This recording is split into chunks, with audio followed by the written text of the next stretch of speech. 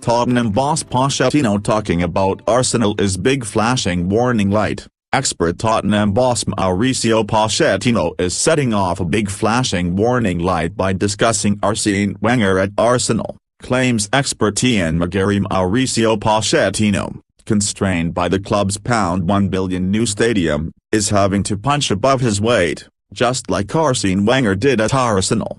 And he has plenty of sympathy for the Frenchman, given the way his 22-year spell as Gunners boss came to an end.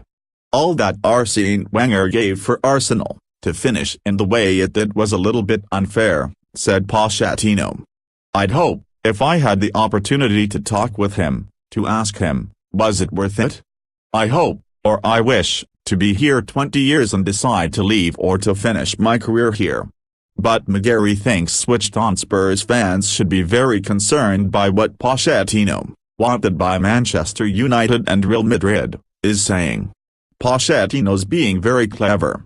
He is not someone who openly declares war on his club and agitates to get his way, unlike the way that some coaches behave, he told the Transfer Window podcast. But he does it subtly. And the Spurs fans who are not blinded by allegiance to the club but are more astute at reading situations will know themselves that this has been a shot across the bows by Pochettino with regards to how his time at Spurs plays out.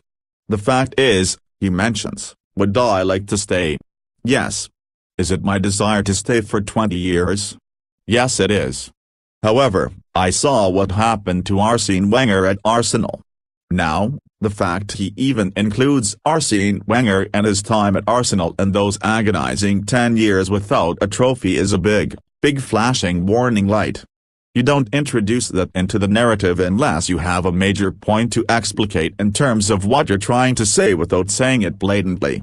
Spurs owner Daniel Levy is desperate for Pochettino to stay at the club next season and McGarry thinks it could be make or break for the club. This is a massive moment for Tottenham Hotspur, he added.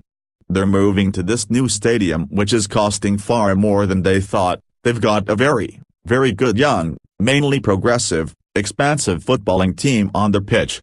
They've got two ways they can go. One, they can go forward and invest, which is probably not the way Daniel Levy's looking at it. Or, they can lose the totem of what they've got right now, that is the manager and his coaching staff, and go down that route regardless and see where it takes them. I think this is a seminal moment in the history of Tottenham Hotspur, certainly the modern history of that club with regards to what they can do.